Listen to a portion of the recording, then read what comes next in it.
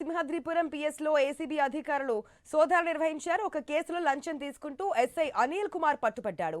Chain snatching కేసులో ఒక ద్విచక్ర వాహనదారుడిని 4 లక్షల లంచం డిమాండ్ చేశారు. లంచం రూపంలో 1 లక్ష డబ్బు కదిరికి చెందిన ఏజెంట్ బ్రహ్మంకు ఇచ్చారు. మిగిలిన డబ్బు కోసం ఒత్తిడి తేవడంతో బాధితుడు ఏసీబీని ఆశ్రయించాడు. 1.5 లక్షల లంచం తీసుకుంటూ ఎస్ఐ అనిల్ కుమార్ అధికారులకు పట్టుపడ్డాడు. లంచం సొమ్ము సీజ్ చేసి సిఐ ఎస్ఐలను అధికారులు విచారించారు. డీఎస్పీ సిఐ ఆదేశాలతోనే బాధితుడిని డబ్బులు డిమాండ్ చేసినట్లుగా ఎస్ఐ అనిల్ కుమార్ ఏసీబీకి స్టేట్మెంట్ ఇచ్చినట్లుగా సమాచారం. అయితే కశ్మీర్లో చోరీ అయిన బైక్ను నెంబర్ ప్లేట్ మార్చి ఏపీలో విక్రయించారు అక్రమార్కులు. ఆ బైక్తో చైన్ స్నాచింగ్లు సుమారు 15 లక్షలు చోరీ చేసినట్లుగా గుర్తించారు. ఈ వ్యవహారంలోనే బైక్ అమ్మిన ఏజెంట్ బ్రహ్మంను డబ్బులు డిమాండ్ చేశారు పోలీసులు.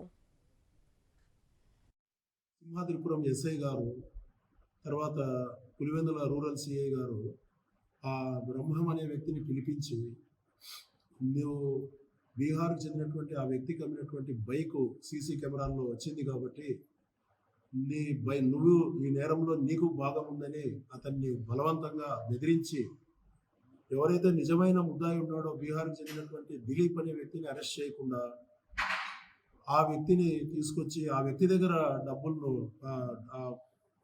ఆ బంగారును కానీ అతను దొంగతనం చేసినటువంటి వస్తువులను కానీ రికవరీ చేయకుండా అమాయకుడైనటువంటి ఈ వ్యక్తిని, బ్రహ్మం అనేటటువంటి వ్యక్తిని, నువ్వు ఆ వ్యక్తికి అమ్మినటువంటి బైకు ఈ కేసులో ఇన్వాల్వ్ అయి ఉంది కాబట్టి నిన్ను రిమాండ్కు పంపించాల్సి వస్తుంది, మేము అడిగినంత డబ్బు ఇవ్వకపోతే అని మొట్టమొదటగా ఆ వ్యక్తిని భయభ్రాంతులకు గురి చేసి 7 లక్షలు డిమాండ్ చేయడం జరిగింది. ఈ క్రమంలో అనంతపురం అతనికి వ్యాపారస్తులు చెప్పండి అన్నాము.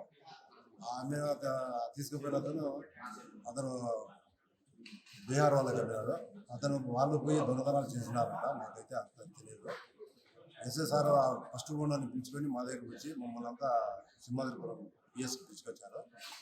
ఈడ వచ్చేసి మీ మీద రిమాండ్ పంపిస్తాము, కేసు పెద్దది, మీరు ఆర్టీఐకి మోసం చేశారు, ట్రాన్స్ఫర్ చేసి కదా మళ్ళా అంటే దీంట్లో వచ్చేసి ప్రజలు ఆర్సీ ఇచ్చాము, ఎన్ఓసీకి టైం పడుతుంది కాబట్టి ట్రాన్స్ఫర్ చేసి సమయం పట్టింది. ఈ క్రమంలో ఇదంతా జరిగింది.